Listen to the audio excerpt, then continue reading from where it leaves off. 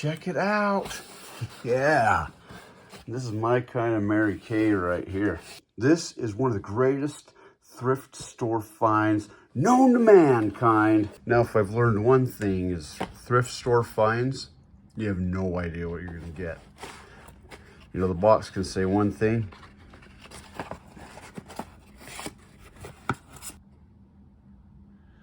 All right, so it's remanufactured ammo. Okay, interesting.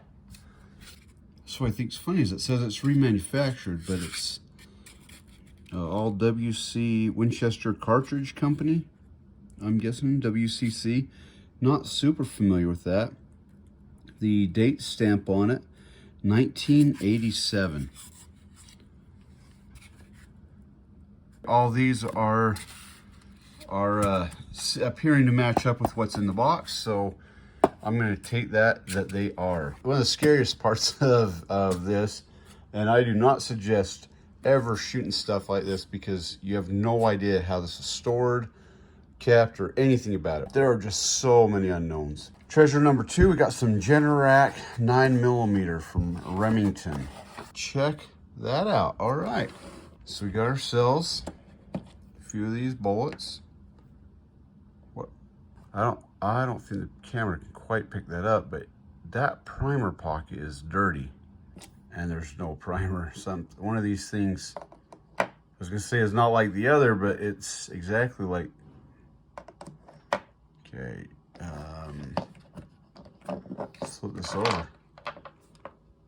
This camera won't pick it up. And I can see the base of the bullet through that hole. None of these have primers. So that's a little bit disappointing. Let's take a look at these. What? I have never seen a bullet like that before.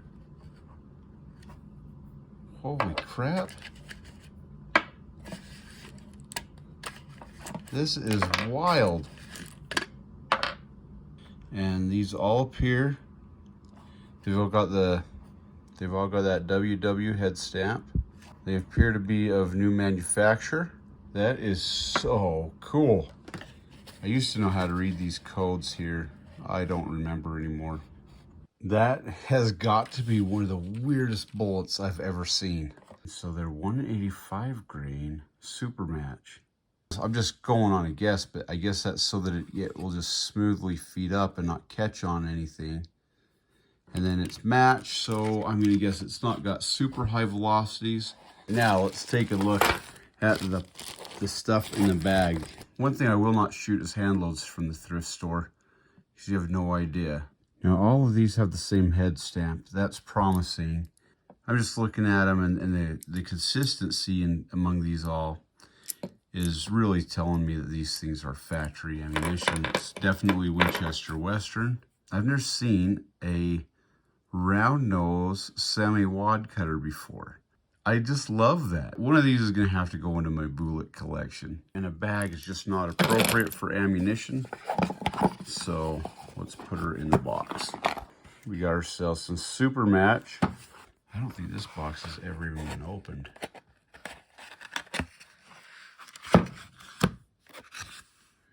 There's the code. All right, all the head stamps, they're saying Winchester on them.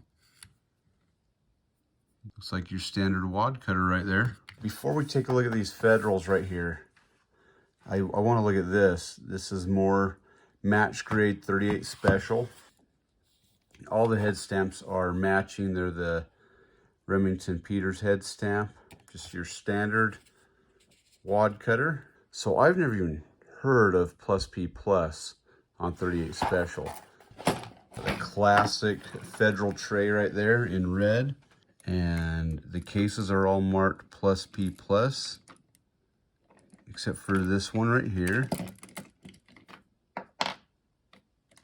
That one's Plus P. So I got a few that are sitting in there just a little lower than the rest.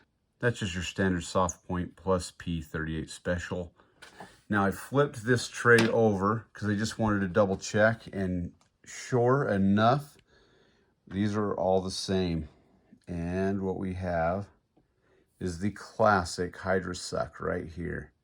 This also has more of a profile that you're used to seeing with 9mm ammo, and also a weight that mostly I see with 9mm. So usually you see like a 158 grainer or a 125, 135, but this is the first time I've seen the 147. This is the one I'm most curious to see, number one, speeds out of, and then number two, the performance of them. This is gonna be a lot of fun for me. The thing I'm most bummed out about though is the +P+ designation, because I really want to see how these work out of my snubby. I don't know too much about the high power Federal bullet. I'm gonna guess that's not it right there. So these are probably what are now known as American Eagle. I think all of these are 180 grain. Let's see what we find in here. My guess is that this was in his go bag. And the reason I'm thinking this is in his go bag is these are a little bit more tarnished, but they're all self-defense rounds. All right, this other box is more of the same. And you can start seeing the lead is getting a little bit of that lead corrosion on it. No big deal. All right, this box right here, same stuff inside. That's just a newer box. All right, and then here we have some more jacketed hollow points.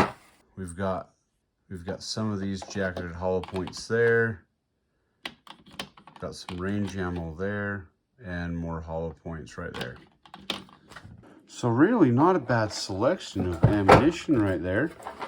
So what did we learn here? We learned that you should never underestimate the Mary Kay box, and you never know what you're gonna find in something like this. We saw a wide variety of stuff. I mean, something like this, who would have thought you'd find primerless bullets in there? I mean, you can never have enough primerless bullets. On almost every one of my videos, I've said that, and finally somebody's listening. That's my sweet thrift store find. I almost hate to admit it, but this right here is one of the few good things that comes out of California and into Utah.